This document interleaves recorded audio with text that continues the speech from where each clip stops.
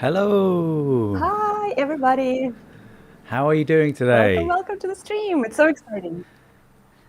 Very good. It's very good to see everyone. And this is Restream Marketers meeting the people today. So super exciting casual chat with the Restream marketing team. It's not everybody, but we are about to introduce ourselves and take your questions. So yeah, how is everyone doing? Hi. Good. Yeah, good. Yeah, I'm good. A bit over caffeinated. Yeah, I've got caffeine Oh, you guys flowing have right that here as well. incredible Everywhere. machine in the office. I don't want to name check it because we're not about selling that coffee Yes. machine, but that coffee machine is like the best coffee machine ever. Yeah, they are not the sponsor of this podcast, so Not they yet. do not yet. We should probably say Lamajoto, where we are. Do we need to say where we hit are? us up. Yeah, we should.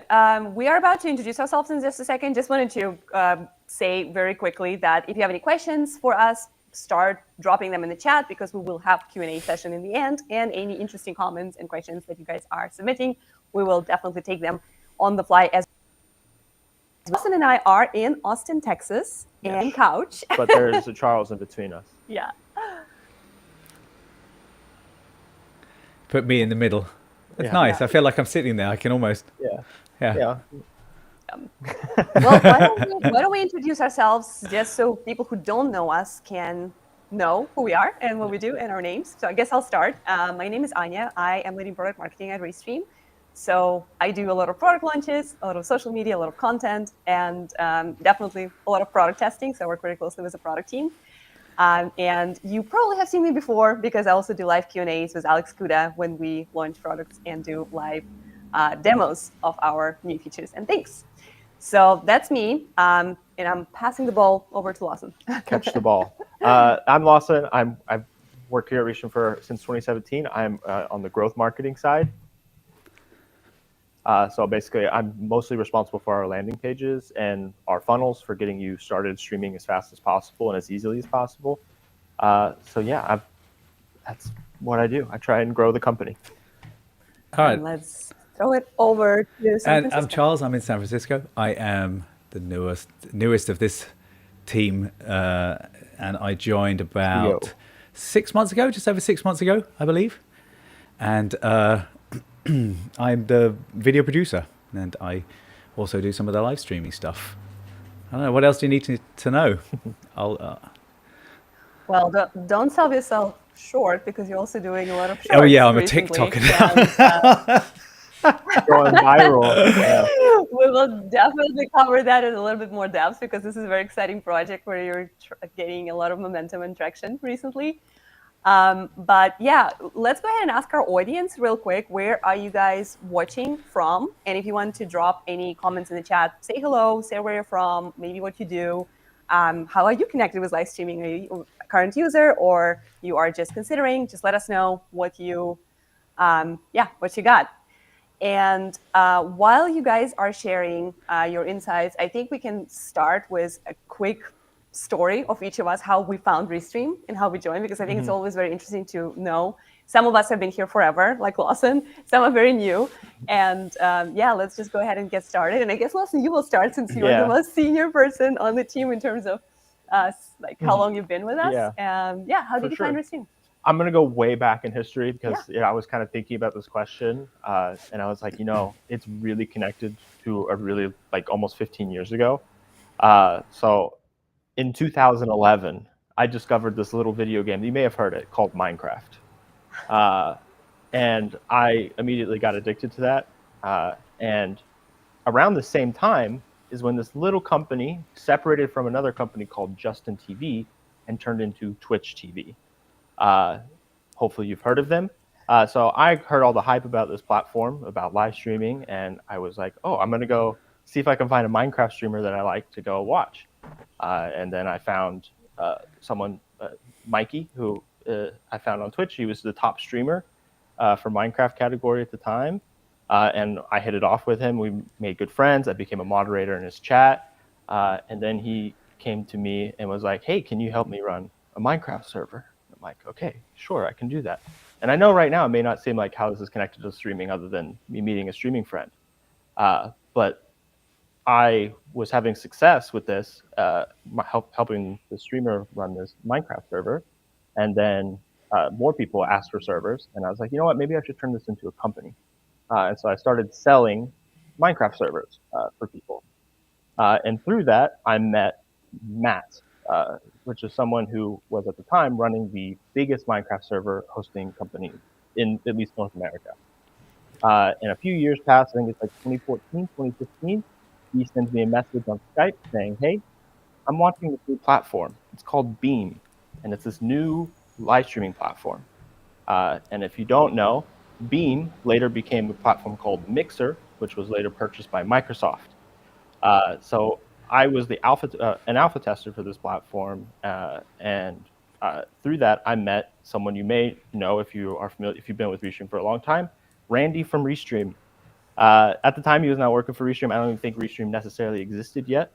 But we made good friends. We started, again, similar relationship to Mikey, that I became a moderator in his chat, was helping his friends make stuff for their live streams.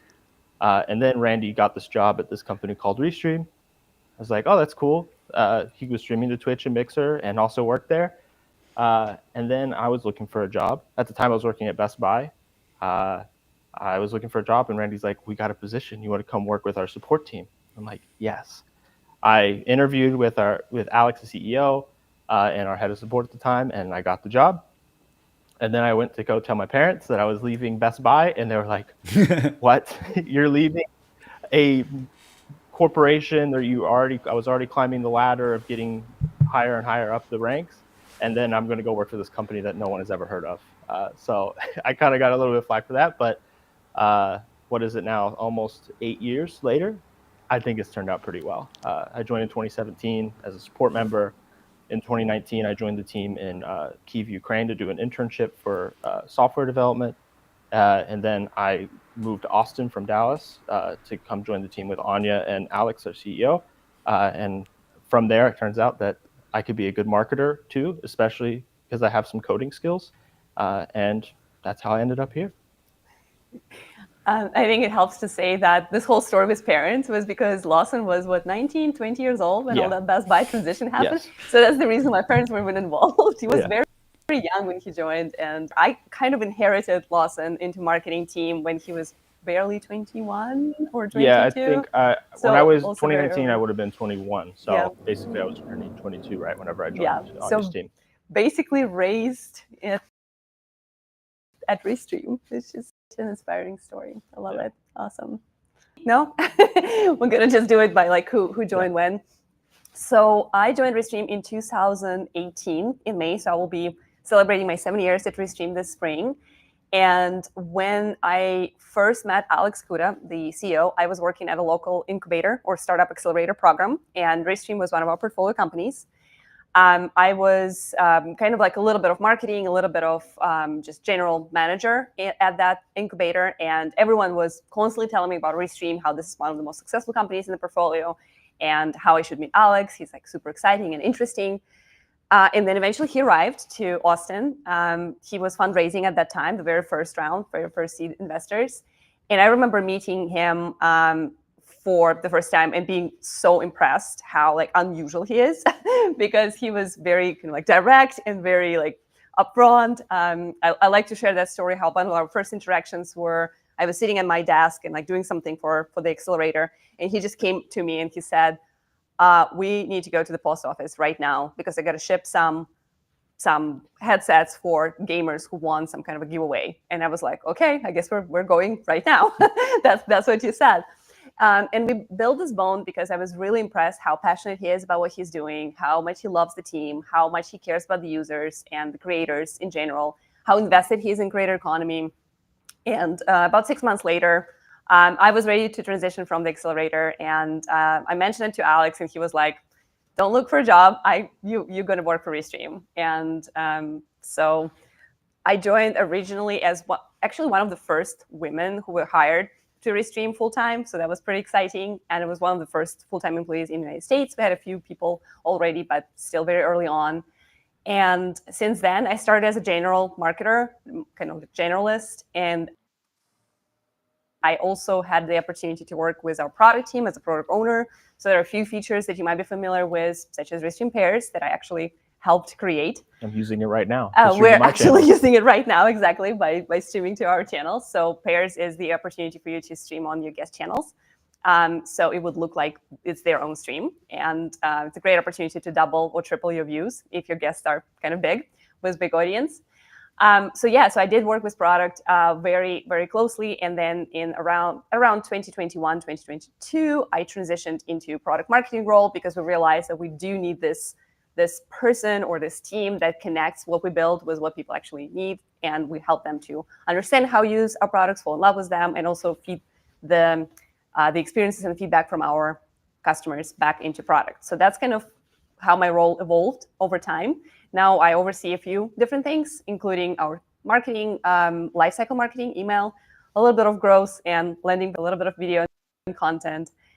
So very exciting, very never makes me feel bored at work, always keeps me busy and always challenged, which is what I love. Charles, you're next. Okay, so I am from the UK and I live in San Francisco now. I've been here for a decade. By the way, I see you, mini scenes. I see you, Worcester. Nice place. I like that place. Worcester's nice. And anyway, we all like the sauce, right? Although you guys would say Worcestershire. Worcestershire. Honestly, one of my favorite flavor of chips, crisps, is Worcester sauce flavor. Anyway, salt and vinegar is the king, obviously. So, of course. Right, you want my life story? I used to work in television in the UK. I did a lot of short form content and promotion. I did work for all the major broadcasters, tons and tons of kids channels. I love kids content, always enjoy making edutainment.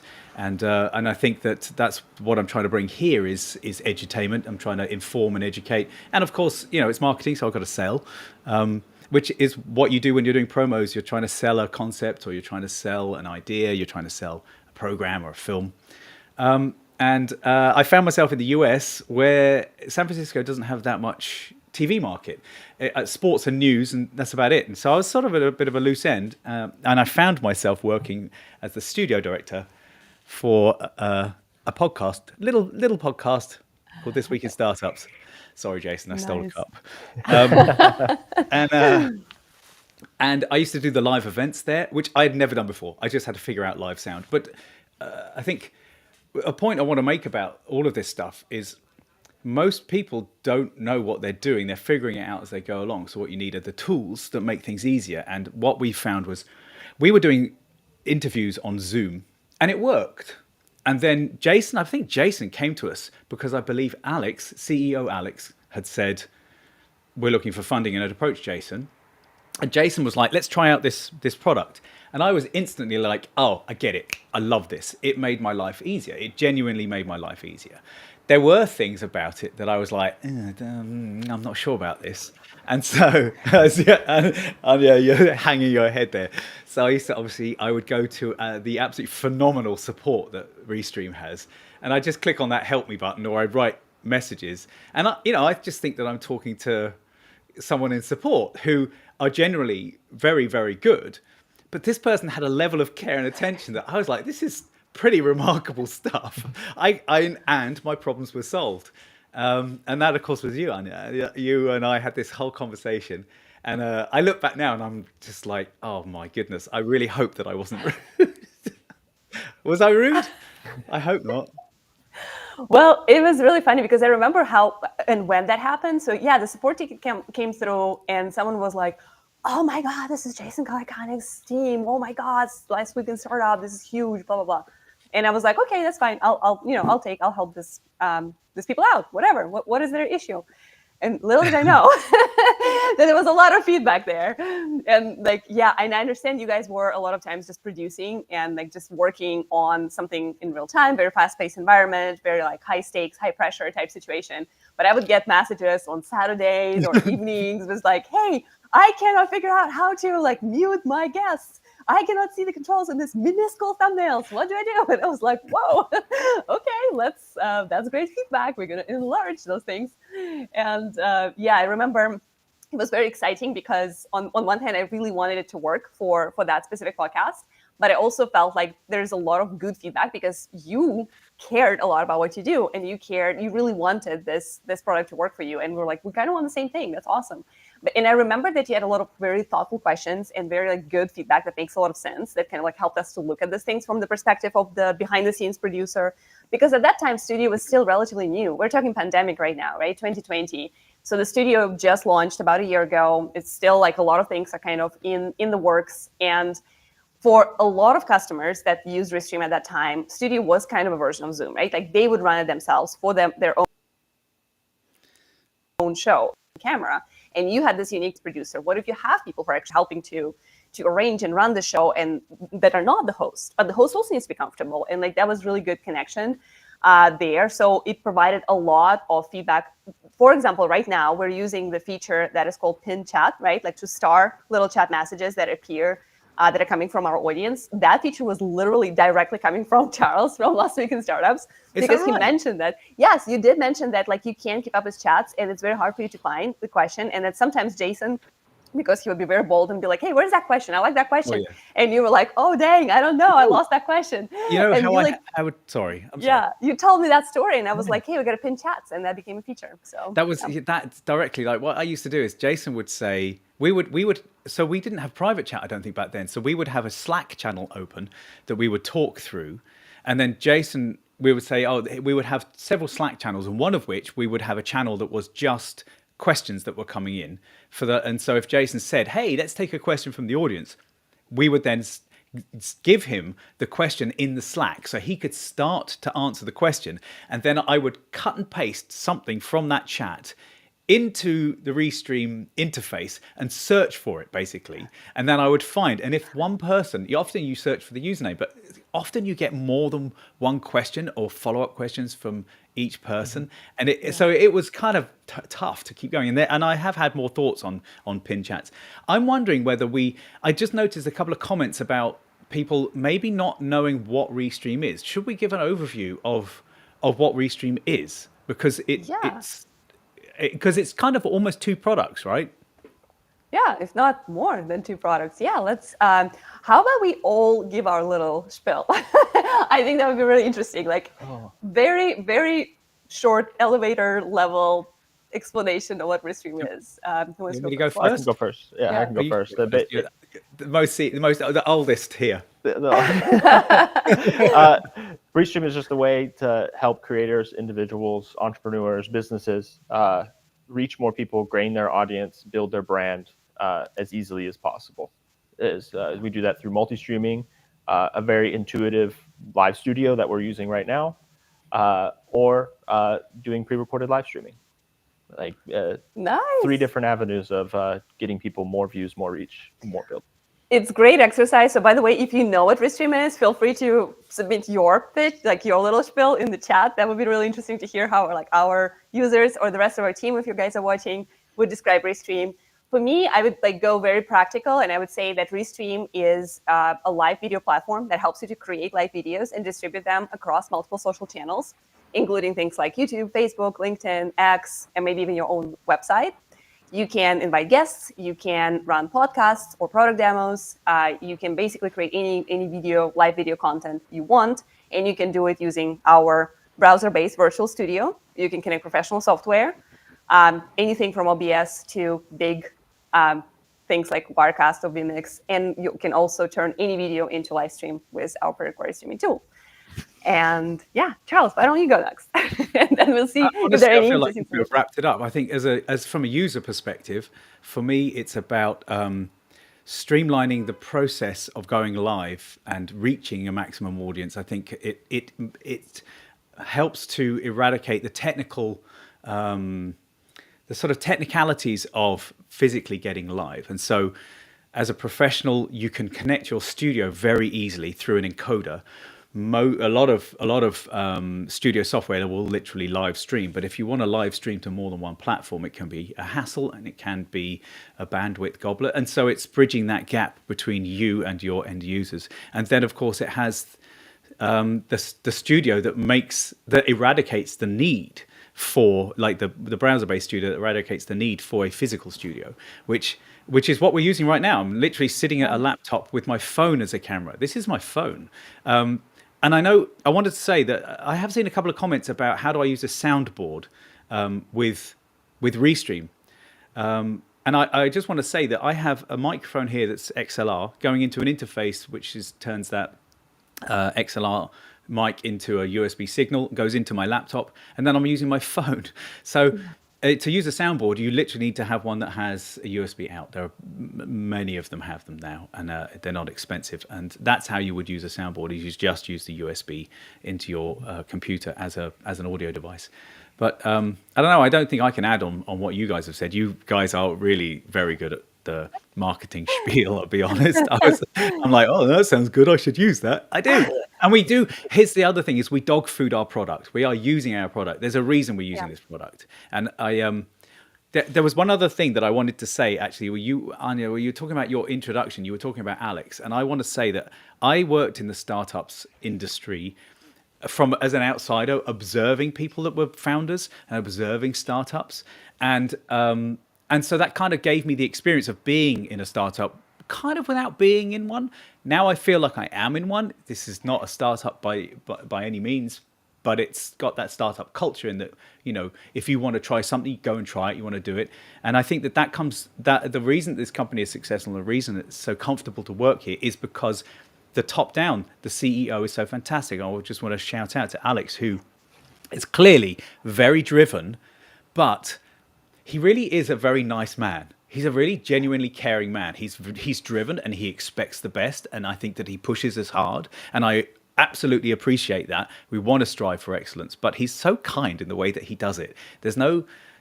I just appreciate my every interaction with him. And I think that will filter down throughout the staff, and it filters into the product too. If you look at the product, you see the way it looks, apart from anything. You can see the way that the product iterates.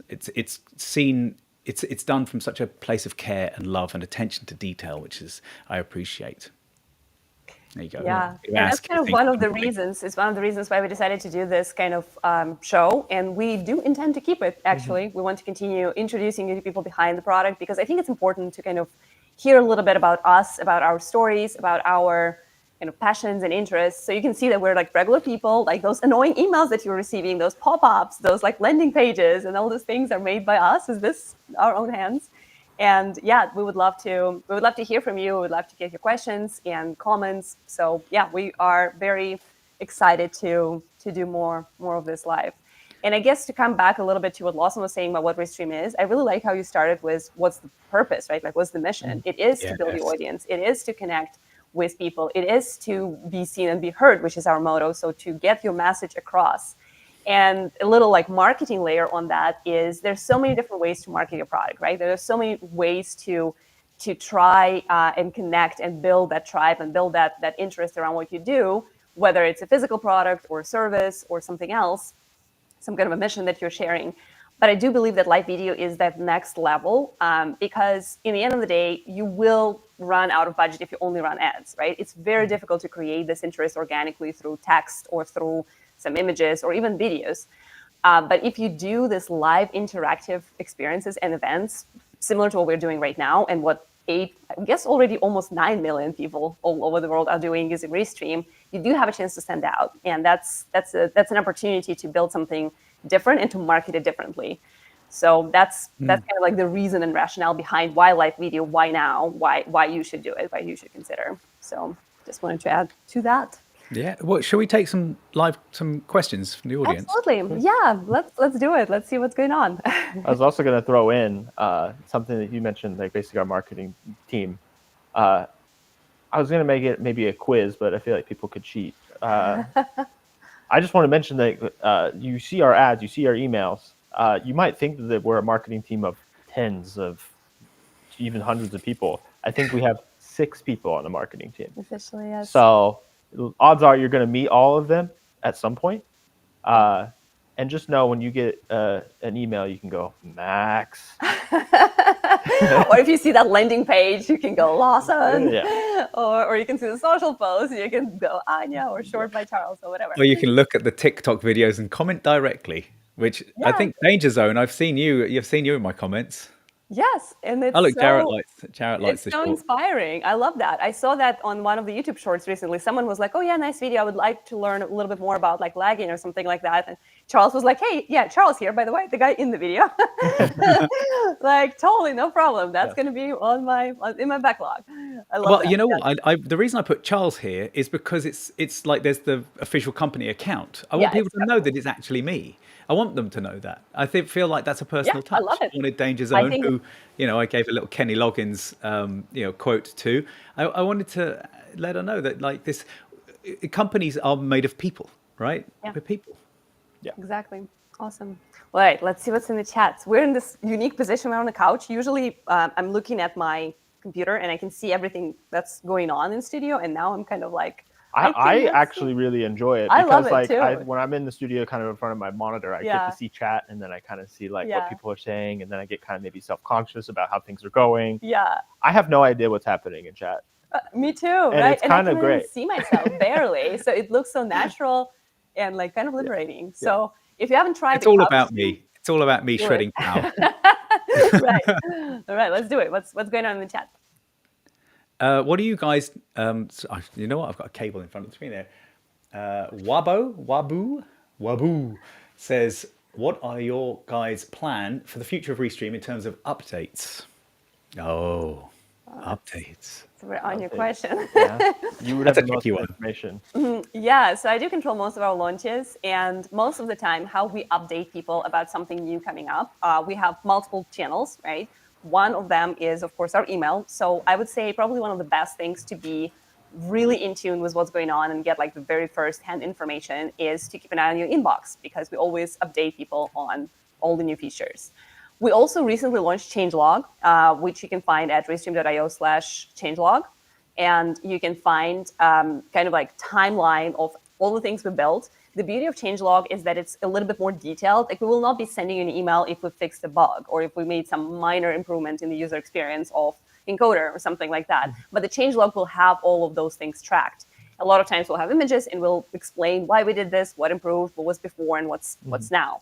So that's another really cool place to kind of watch out for updates. We are pretty active on social. If you're following us on X, on LinkedIn, and on YouTube, you will see that we create videos now, lots of shorts and kind of like vertical content, as well as just posts whenever something new is happening, whether it's an integration with a partner or just a new feature. We always try to post about that if it's kind of large and impacting most of our creators.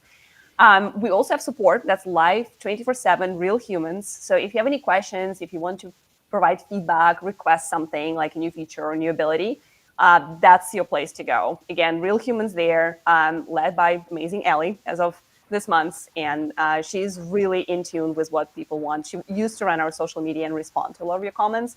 So that's another place right now to find out about new things and to ask questions. Do we want to give an example of something that's upcoming? I mean, yeah, sure. I mean, it's in rollout right now, but soon we are going to start generating clips out of your streams so you can go ahead and immediately post them. AI clips. clips. So like, as I mentioned before, our mission is to help you get more views, build your brand.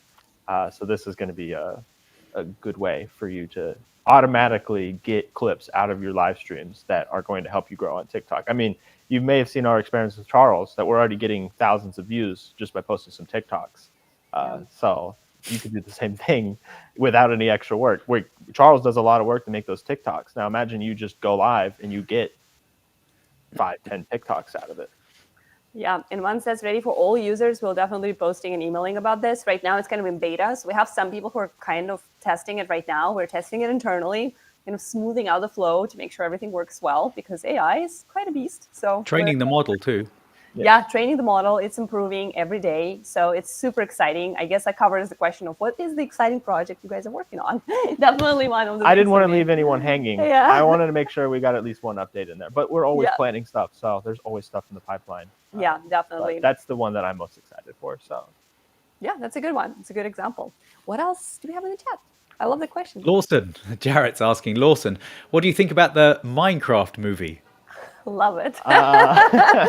Epic question. It's probably not going to be on my list of movies to go see, but I'm hoping it turns out well for them. Why not? I think I'm a strong believer that not everything needs a movie. I think it was just fine without one.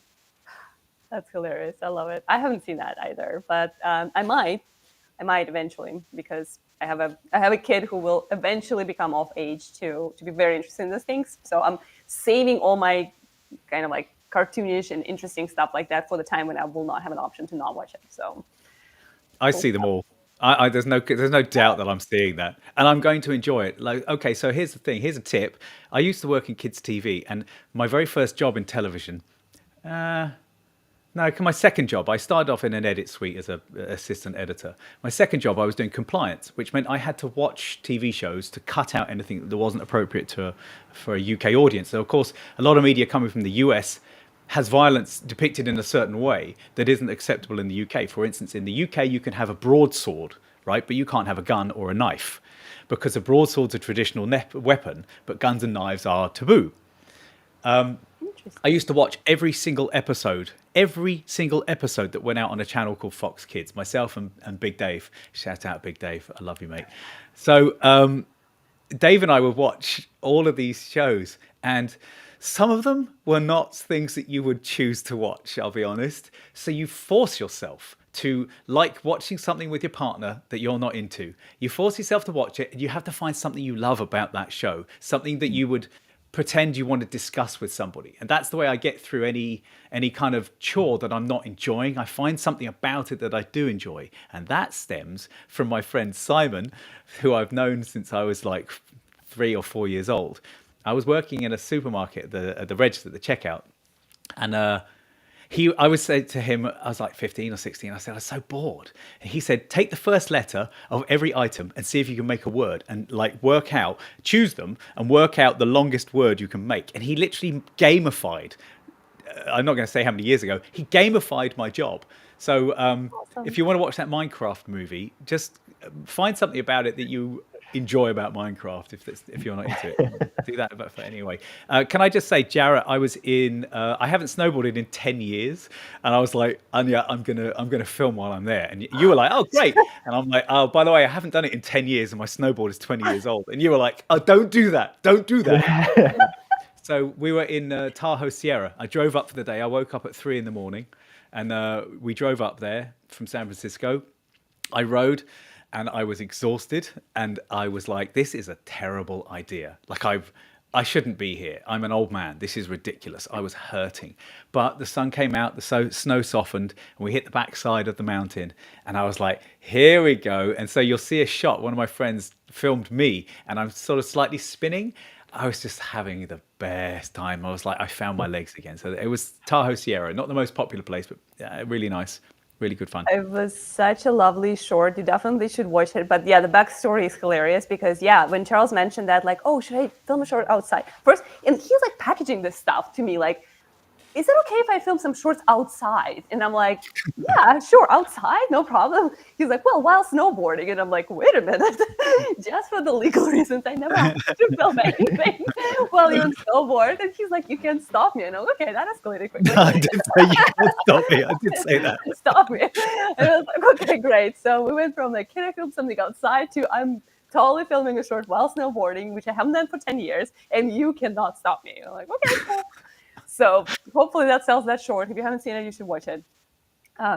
Ironically, it has nothing to do with snowboarding. It's about recording and replays. But yeah, it's good stuff. It's good content. So that's what we're all about here. We love Do we get another question? What's your favorite kind of project to work on?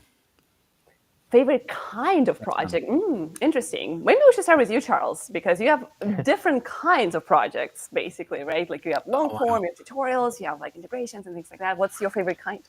I mean, I worked in short form for so many years. I love instant reward. I'm very impatient. If I think of something, I just want to execute. I just want to go. I hate all of this waiting around. As you know, we often will make a video, we'll start on a video, and then the product changes. And so we need to wait for the product to change so I can, change the video. That is the most frustrating thing in the entire world for me. I'm like, let's just go. Let's make some stuff. Let's go. So I love live because you just have to think and go. So I think short form is my favorite, but I really, really love I love everything that I do. Honestly, there's a reason that I'm at the age that I am and still doing this job is I really love what I do. I love it all. I love it. And, so short form is probably my first love. And I love just coming up with kooky ideas like to TikTok stuff as much as I'm like, I actually really do enjoy it. I do enjoy it. That's You awesome. go. You almost stole my favorite project because I was gonna say like live streams for sure because I do so many different things. Like my day-to-day actually consists of so many different activities. Like sometimes I'm reviewing emails, sometimes I'm reviewing design, sometimes I'm working on a social post, sometimes I'm reviewing support chats to like figure out some feedback. Sometimes I'm writing go-to-market strategies for the new product or new feature that we're working on. But my absolute favorite thing to do, like the one that I really like light up, is when we are about to start a live stream. And whether it's a Q&A and demo that I do have to kind of think about, prepare the scenes, prepare the materials. So it's kind of like a little bit of like day-to-day tasks that I usually do that just all have to come together. But then eventually I get to be on camera and I get to actually have this real-time interaction with the audience. So by far my favorite thing is to prep, to do live stream, and then to talk about it for hours. Usually once we're done with the stream, we're discussing it during lunch, and for days we're like, oh, remember this happened, remember that happened. Oh, we should definitely give this product feedback about this thing that we didn't, quite love while we were creating. So live streams, prepping, and hosting would be my choice. I spent my entire career not wanting to go live, right? I was like, I'll never work in live TV. It was way too much pressure. It's too difficult. But the tools like this and the internet have made that enjoyable, made it actually enjoyable because everything I need right now is here on one screen in front of me. Sorry, Lawson, I didn't mean to step on you just there, but it's tools like this have made live enjoyable. So anyway, what's your favorite project, Lawson? So it'll be a little weird, especially because it's coming from a marketer. But something to maybe understand about me is that I never saw myself as becoming a marketer. I always saw myself going into the computer science industry and being a programmer. I very much have engineer brain. So my favorite things, like I love to automate things that we have, like operational work that we have at Restream. I love to just write code that solves that problem so no one ever has to worry about it again. I love when I get to do that. And I also, part of my, directly related to my marketing position is that I run a lot of experiments, and through that I get to look through a lot of data, and that just gets my brain ticking in the right way of looking at numbers, understanding, trying to decipher what they mean. So not necessarily anything marketing necessarily related, but it's super marketing related. And I want to like share something. I don't know if you will be okay with that, but it's happening because we're live. Actually, so first thing is the reason why people love having Lawson on the marketing team is because of his technical experience. And a lot of times it's just so easy because he's a marketer. He understands how marketing works. And a lot of times we're like, hey, can you like help us get this data in a way that makes sense for us, for marketers? And he is like so good at doing that. And also, I think it's very interesting how you have like the special talent of like looking at data and like presenting the data in a way that it helps us to get our point across. So it's like this classic situation of what's going on. Do you have 80% retention rate or 20% churn, right? Like 20% churn sounds bad, 80% retention rate sounds good.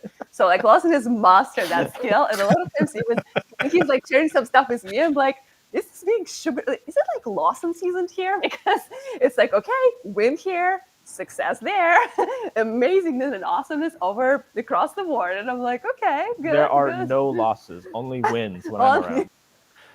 Wins when we look at something, which is an epic skill. And I started to tell other people on the team, like, okay, if you're thinking about how to present this to the whole team and you want to make it sound more epic, ask Lawson. He's going to give you some tips. Like that's a superpower right there. Definitely. Right. What do we have? Any other interesting questions in the chat, or should we think about? Oh, there we go. Talking about some Tatiana, other what's been things. keeping you inspired these days? Well, for Lawson, obviously, it's the Minecraft movie. Yes. I can't wait to see Jack Black as Steve. Oh my I'm god, so ready. That's what I have a poster in front of my desk of Black, Jack Black as Steve. that's awesome. Do you think What that keeps that's a me bad choice, inspired? Jack Black You as know, Steve?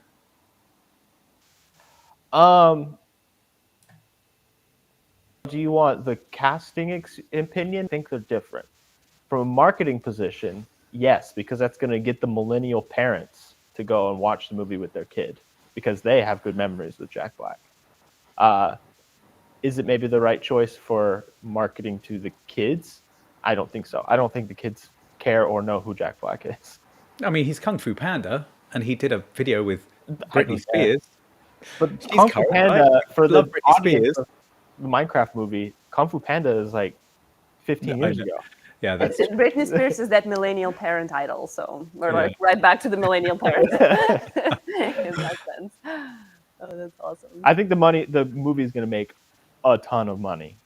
Like, there's no debate about that. Yeah. So, Yeah. but what keeps So, me fired? If you want to think about it for a second, I want to say that actually it's kind of like a little meta because Tanya asked that question. I'm assuming it's designer Tanya. And if that's the case, then I will basically bring it right back to her and like the recent designs and the visuals and the beautification of our studio and just the ease of accessing something beautiful by just messaging her and saying, hey, I really need this thumbnail and I want it to look really cool and really hype, but really simple. And she's like, no problem. And then you get exactly what you wanted. Is one of the things that really made me feel so much better about everything we do because like the visuals look beautiful and because of her talent, it's also easy. So I agree. that's my choice for inspo. Honestly, I agree. I was making something recently, and I was like, "Oh, could you just have a little look?" I sort of need a way to put the text on the screen here, but I want to make sure it's coherent with whatever you're working on. And she and I had some sort of miscommunication, and she way over designed what I was looking for. She didn't just do one element; she did lots. And I was like, "Okay, thank you." Just made everything I'd done, just blew it out the water. I was like, oh, that's so much better. Amazing. Because I'm not a designer. I'm not. I think I can see good design. I just can't do good design. And that was that. Yeah, that's very. It's inspirational to have people on your team that you can feed from and that you can bounce from. That's great fun. So what's I your have a very So, similar thing with her. Of I was actually getting some feedback on a landing page, and I was expecting kind of just like, here I would change this, I would change that, but she just like made her comment, like turned her comments into like just doing it, which is like saved me a bunch of time. Like I was like, oh, this is not what I was expecting, but it's perfect and amazing. Yeah. And back to the inspired question, kind of going back to like I work on a lot of automations, and one thing that I've been doing recently is working with our B2B team on automations for their funnel. And so as an extension of that, I get to see the leads that come in, and seeing the big giant businesses and large and small that come through and trust our product to hold their high stakes event is like, this is awesome. Seeing companies like Vercel or HeyGen come in and go, yeah, we want to use your product. It's great. And it's like, that's awesome. Yeah, I can definitely second that because a lot of times we started this kind of initiative right now that on LinkedIn we feature our big customers and some interesting things that they're doing. And literally, I think yesterday we were featuring Robinhood, big event when they were announcing like the Lost City of Gold, something like that, very secretive, very exciting. And yeah, it felt so good to see like the quality of content that those folks are putting together and just like these big names and like how exciting they make those live streams look. And like, just feeling like you're part of that. Maybe a small part, like one element, but still, yeah, definitely good inspo. Yeah, looking at our users, always fun. I Charles, think for me, I've been looking at loads of TikTok. Like I've resisted TikTok for a long time, and now I'm watching TikTok, and I'm like, oh, okay, so I need to be half naked and dancing. Was what I thought it had to be. Turns out that's not what it is. There's actually a lot more stuff there, and depending on the hashtags you're looking for and what have you. And so I found that quite inspirational. And also what's incredible is seeing how there are these young people that are just reinventing a language of. So when YouTube first happened and people started doing jump cuts because they had no idea about how a jump cut was taboo, and I was like, ooh, YouTube, they're all doing these jump cuts. They just don't know how to edit. They don't know about B-roll. They don't know about cutaways. They don't know about this stuff. And then it just became part of the language of filmmaking. It just became this new language.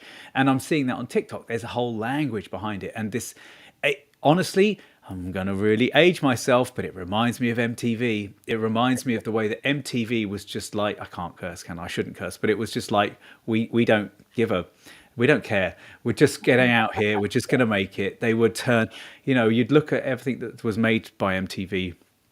Again, I worked for MTV for many years, and Nickelodeon sort of under the umbrella of. Did you know that MTV came from Nickelodeon? I don't know if you know that. I had no idea. I didn't know that, but I remember MTV, watching it all the time. So the band The Monkees, Mike Nesmith from The Monkees, had a music segment that would go on, I think, Nick at Night, and that became MTV, just through various iterations of whatever that of what that was, but.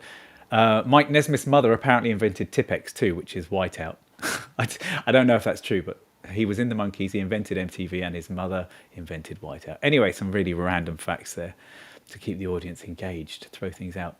But yeah, I'm getting a lot of inspiration from shorts. I do love shorts. YouTube shorts I have found a lot easier for me to sort of get into. I think that the fact that it's not algorithmically served quite so much means I'm able to focus more on the things that I want to see. What I'm finding interesting about TikTok is it's very random, but it's very quickly it learns, oh, this may not be what you want to see, but you're going to keep watching, which I find sort of infuriating, that it's trying constantly to serve me things that I'm not necessarily looking for. Does that make sense? Yeah. Totally. Yeah. I mean, there's a lot of authenticity in that. I also felt a little bit kind of not like a little on the edge about TikTok originally and just this whole short form content. But it did grow on me big time because I love how concise the information is and how, like there's a lot of kind of like you control like what you want to see, right? A little bit. So they start serving you this, shorts or TikToks based on what you're actually interested in. So it is probably still quite algorithmic, but it's kind of like more you-centered versus what the advertiser will for me. It's based on what they know you're going to watch. Like I get all these, this cop came up to a guy and started hassling him, and I can't stop watching them. And then it serves me more. I don't want to watch it. I just do, And so I get a ton of that kind of content, but I'm like, when I open the app, that's not what I went to go and see. I want to see cat videos. I want to see cat videos. Everyone wants to see cat videos. Like that's going into hamsters right now. Hamsters. We should do that. We should do next short with cats because why not? Like everyone wants to see cats. I think the interesting thing about shorts is that 3 to 5 seconds in, you've got to be open and honest about what you're trying to get across. You have to instantly grab that market. You have to instantly be honest about what you're trying to do, and you have to give value. If there's no value, if it's not entertaining or valuable, it's gone. And so that's a process. That's a real learning process. The story arc is so massively compressed that it's challenging, right? To be entertaining and informative, and then also do what you're trying to do, which is relay information about a product. So I think the way that you and I are approaching it, Anya, is to be very useful. That's the idea, is to try and give useful tips. It's incredibly hard to be concise. It sounds like it's easier to create a short form than a long form content, but it's actually not at all the case. When you need to say something important and engaging and exciting in 30 seconds, this is way harder task than to say the same thing in an hour, right? Like if you have an hour when the audience is trapped and they have to listen to you, that is a lot easier job than to catch their attention when there's tons and tons of other stimulators around them, right? Like other chores, other feeds, like their phones, their other apps and tabs. So I would say this is an interesting exercise. It's not a small job to achieve that, and it's very exciting muscle to train. So I think I used to say that about kids' TV, and people would always look down their nose at children's TV, but actually creating wholesome content. Or creating children's TV has so many challenges that you don't have with an adult audience. In that, it's got to be entertaining, or the kids are very honest, and they don't have the same work to reward. Like they won't sit through something knowing that something good is coming. They want it now, and there are obviously studies on that.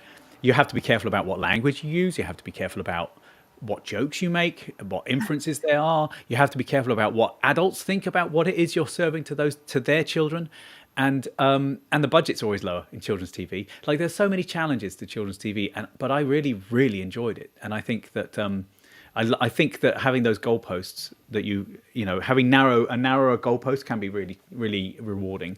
And I think that's what I'm finding with TikTok right now, and Shorts. And isn't it funny how Shorts on YouTube and TikTok are actually slightly different animals? Yeah, very different. The same video performs differently, and it's kind of like sometimes I'm like, okay, this is gold, this is great, and then on TikTok it's not really gaining that much traction, and on YouTube it does. So it's like, yeah, we're still learning, of course, as always. Of course, we're still. All three platforms are wildly different on how they serve content. It's a different animal for every single one. Exactly. Well, you are our filter. You're my filter anyway. If it passes the Lawson litmus test, then we're good to go. So what about trends in streaming and is there any challenges or trends in streaming that people can look at and be more informed about? It's a good question. So, I mean, it's just because different types of content and different industries are so different. It's kind of hard to unify those trends. I mean, on one hand, we see giant companies putting together this really big and high-produced events, like what Robinhood is doing. Recently, we were working on that short too, like that Volvo literally announced its commercial truck with a live stream, right? So there's this trend of big Apple event style product launches by big companies that we haven't seen that much. I mean, Apple kind of sort of started that trend many years ago. And now a lot more companies and organizations see that that's accessible with the live streaming tools. And that's kind of like a way to stand out, right? On the other hand, we see a lot of streams that are like this, right? More of a casual content on the couch, not crazily produced, simple and easy, where the most interesting thing are the people and the message that they have. Like right now, we have a really cool bunch, like really interesting group with people having a lot of interesting things to say and experiences to share.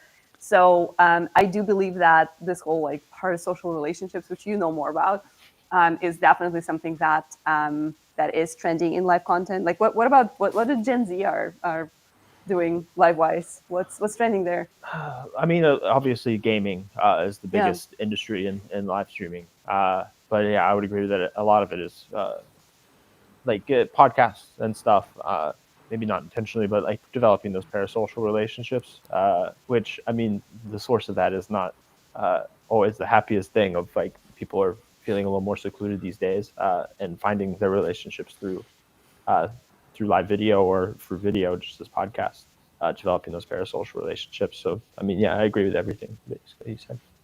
Cool. Awesome. All right. So yeah, if there are a few more questions that we can take, I know we're kind of getting close to 1 hour. I don't know how that happened, but it felt like that's what I've been trying to pitch, that this casual style just so podcast is easy to do and it's relaxing. Well, maybe not relaxing, but especially before. An hour before this is not relaxing, but now it definitely feels good. So yeah, why don't we take a few more questions, and then I definitely want to, as we wrap up, for us to share like what we love to do aside of work. So there's an opportunity to build more parasocial relationships with those who are watching, to kind of like get to know us not only as Restream marketers but also as humans. But yeah, if there are a few more questions in the chat that we would like to take, let's do it. Let's go for it. Well, Connor is saying that he great stream, guys. Love using your software, by the way. That's nice to hear. Obviously, there are people that are disparaging, and to those people, of course, there are things that need to be worked on in every platform or everything. You have to understand that actually, Restream was the company that, correct me if I'm wrong, invented multi-streaming, or this concept of multi-streaming. So, we're the original. With the original and still the best, but if you have problems, do reach out, because the help team are incredible, and the help team is the reason that I'm here. So Okay, actually, this next question by Wabu, again, thank you, is Wabu correct? I like that name. So one thing that that's happening is that these AI clips are going to be coming, and I think that if you look at the layout that we have on our screen right now, will be very workable for the AI engine to be able to select clips and then put them together, because there's not too much clutter on the screen. We are very definitively separated. So if one of us is saying something interesting, so when you are streaming, if you're thinking about clipping your content either through AI or doing it manually yourself, do think about the layout of your screen. You don't have too much clutter on screen. So Wabu is saying, AI clips, does Restream just choose what part of your stream is most interesting by checking viewer engagement in terms of comments, likes, and based on the clips of that? That's an interesting question, because are we choosing these clips? I mean, Basically, how the clipping system works is it's transcribing your stream into basically a string of words, and then it's using its own algorithm through like discovery of what works for other people, and picking those sections out of the transcript that it thinks is going to be viral. So it knows what's worked for other people and is going to see what pieces of your stream could follow that same formula. But it's an interesting feedback to kind of eventually train the model to also consider the reaction of the channel. Because in the end of the day, for most of our creators, the clips will go on the same channel to the same audience as the original stream did go. And that means that if the audience is reacting, that is potentially an indicator, a signal that this is a good time for a clip.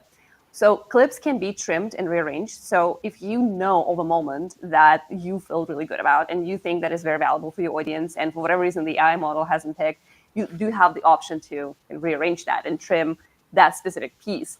But it's interesting feedback that, like, how can we also train the model to react to what's going on the channel, specifically the views and the comments. It could also be as simple as something that I think I would love to see added, especially for studio, is just maybe a button of like, oh, I really like that, clip that. Yeah, and then boom, it like takes the last great idea. or whatever. Like when you started to explain about AI clips, I'm thinking to myself, oh, this is probably a TikTok short right here. And I instantly took the comment off screen so that it won't be in the clip, because I can put that back on later. I was thinking about that. Well, just to add on to what you were saying, is there is, when the clips are generated, in one version of the product, I don't know if it's going to be in the final release, there was a virality score. So I don't know how that's generated, but obviously it's an expectation of how well that clip will do based on the learnings of the model. Yes. Am I right? Exactly. That's exactly right. Yeah. I also like something that you shared early on when we started to build AI clips, how you had some tips for people to create content and streams with AI and vertical content in mind. You want to share those thoughts, because I thought it were really cool and insightful. This is kind of an observation that I've had for people in the live streaming space, mostly in the gaming space, but I think it applies to everywhere. Of you should come to your stream as your recording session. You should come to the stream with content ideas. So you can come in here and say, like, I mean, we have a run a show for this, what we're doing here right now. So we can come in and know what is going to be could potentially be turned into a TikTok before we even hit go live. And I think if you are thinking of that before you're going live, you have a constant flow of content ready to make you grow, basically. So. And that also applies to how you think about your layout, right? Like, so when you are creating a stream, think about like, what would that be when you repurpose it? Whether you're using Restream AI clips or you're editing yourself, it doesn't even matter. But how do I make my video vertically friendly? How do I make it easy with the resolution and the cameras that I'm using to like cut a small portion? How do I not clutter my layout, my background? Like, just, of course, chats and overlays sometimes are very useful, but how do I think about it in a way that when it's time to create AI clips, whether automatically or manually, how do I make it easy? So that's another kind of idea. Well, it might be worth having a little think about trends as well. Sorry, Lawson, once again, I'm interrupting. Yeah, all good. Think about trends when you before you start that stream. Think what should I be talking about? What are people searching for on the short form platforms? What are they interested in? Why don't I have a discussion about that? And then I now have content, and I'm not just duetting. I'm not just piggybacking. I'm not just taking and stealing. I'm generating, and then you could also, if you're so inclined, generate some controversy so that people are then piggybacking off your content and giving you even more exposure. So talking about something that is relevant, which is why a lot of news shows, there are so many news shows, is because that's a never-ending cycle of new content for them. For you. So. Awesome. Good stuff. All right. So shall we take one last question and then kind of like share our passions and wrap up? What do you guys think? Yeah, that works for me. Yep. Do we have one more question? Tom Stream is saying, amazing. When will be the next stream? That's very flattering. I don't know when the next stream will be, but I think that the idea is to try and be more regular. Yes, I think so. I like this format a lot. I know that we need to get our B2B sales team in going live soon too. I know that they're probably watching. So, James, you're up next. So I like this podcast style. I think there's even room for this to really improve. I think over time we'll even be no script, basically. We'll be so good at this that we'll be just a more natural conversation here. And I would like to build this kind of show like that. Which is already the case. We don't have a script, right? Like we had some talking points that we thought like, okay, it will be interesting to share, like how we joined Restream and like what we're working on. But in general, we're never scripted. Even the live Q&As and demos that I host with Alex are not scripted.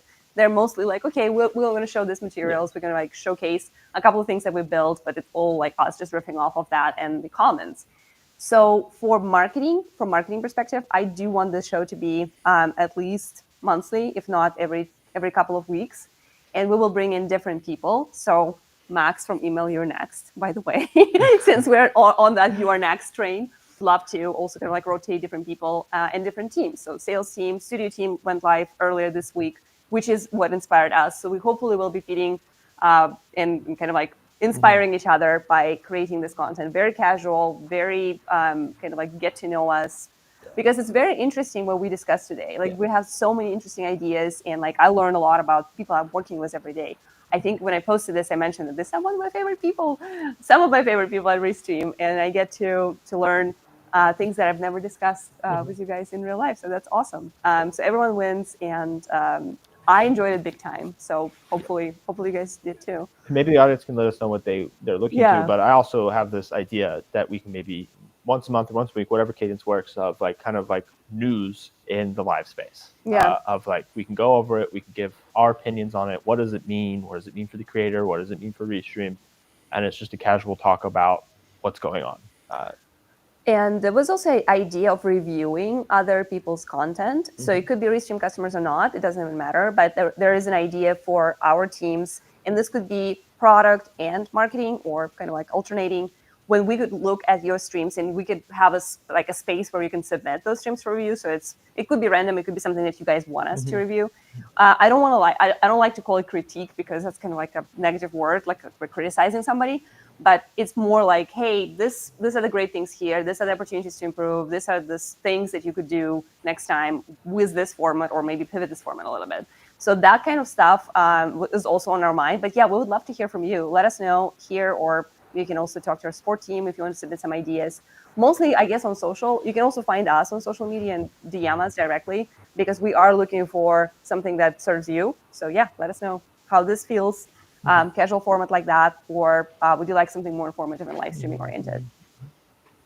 Good stuff. And so there were one or two people in the chat that are have questions that actually I think will be best served by the help team. I see you dabbing, Grandpa. I see that. I'm the one who's looking at a lot of this chat right here, and I don't think we're necessarily avoiding questions, but some of them that are more technically inclined will be better served to answer one or two of those concerns. And some of your concerns appear to be out of our control as a company. They are dealing with third parties, so we're not evading. We're just isn't necessarily the forum for some of your questions. But yeah, if you reach out to a do 24/7 keep support giving us team, feedback. Yeah. There, Yeah. in the bottom right of your screen on Restream, there's a need help button. Hit that, send us a message. It comes directly to our team. Like every message is read by a human. So It's not chatbots. These are real Yeah. humans.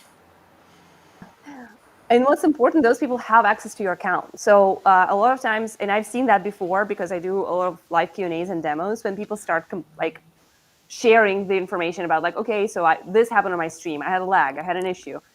We would love to help you, but the reason why we can't help you here right now, it's not even like the publicity of it. It's just we don't see your account, right? Like I don't see what's going on. We don't see the setting. We don't see your system. We don't see your logs on your internet connection and things like that. And the support team that is there 24/7 for you, real humans, like Lawson mentioned, they can access that information. So they can actually investigate. They can test with you to make sure that the next time you're going live, this doesn't happen, or something.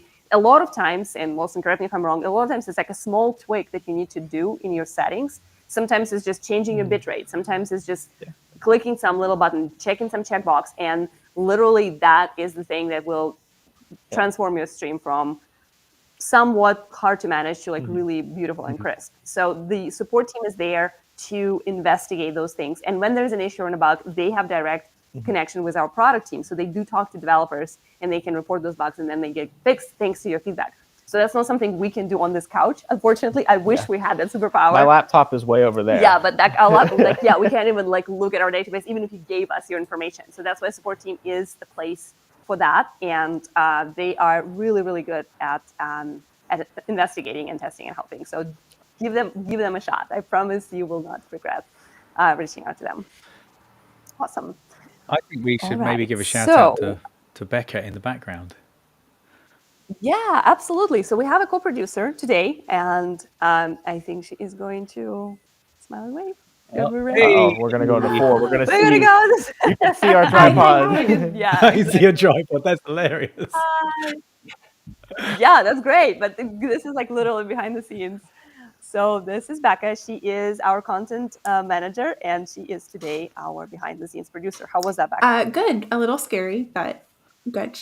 Great questions. Great comments. Good all around. I'm going to make it a bit rounded. I prefer it looking like that. Is that too much? I like it. That's good. There we go. That's us demonstrating custom layouts in real time. And yeah, this is our setup. So now you see everything. Yeah, you see behind the scenes. You see stuff you were not intended to see. Yeah, like my phone on a tripod. I don't like to see but that's good. the outlet on the floor. Yeah. It's tricky. I mean, this is one of the things that that you see a lot in live streams is that people don't think about the background. They don't think about the layout. Like if I'm in a bit of a tricky situation. I don't like having those lines going straight into my Barnet fare, right onto my loaf. You see these things? I hate this. That bothers me. But I also don't like. Hang on, I've got to spin that way. I don't like that you can see the outlet there. So I could go here. There you go. Well, yeah, we showed a lot of things that we don't. I like that you can see my pillow with the go live on it. So yeah, we have those to just kind of like pivot it to things we like that did get to appear today. But thank you so much, Becca, for co-producing with us, for serving us questions, for managing our chat, and totally thank you for Charles for kind of hosting. Oh, there we go. You got the heart. Hey, and is that Jarrett in the background? Hey. Yeah. Yay! Oh, here we go. These are some and Alex Kuda and some sales folks. So this is super exciting. Yeah, I'm so grateful for this experience. Thank you, Lawson, for being my co-host here on the couch. And yes, we will be back. We'll do it again because I loved it. I hope you guys did love it too. And yeah, see you next time. Thank you. Cheers. Bye, everyone.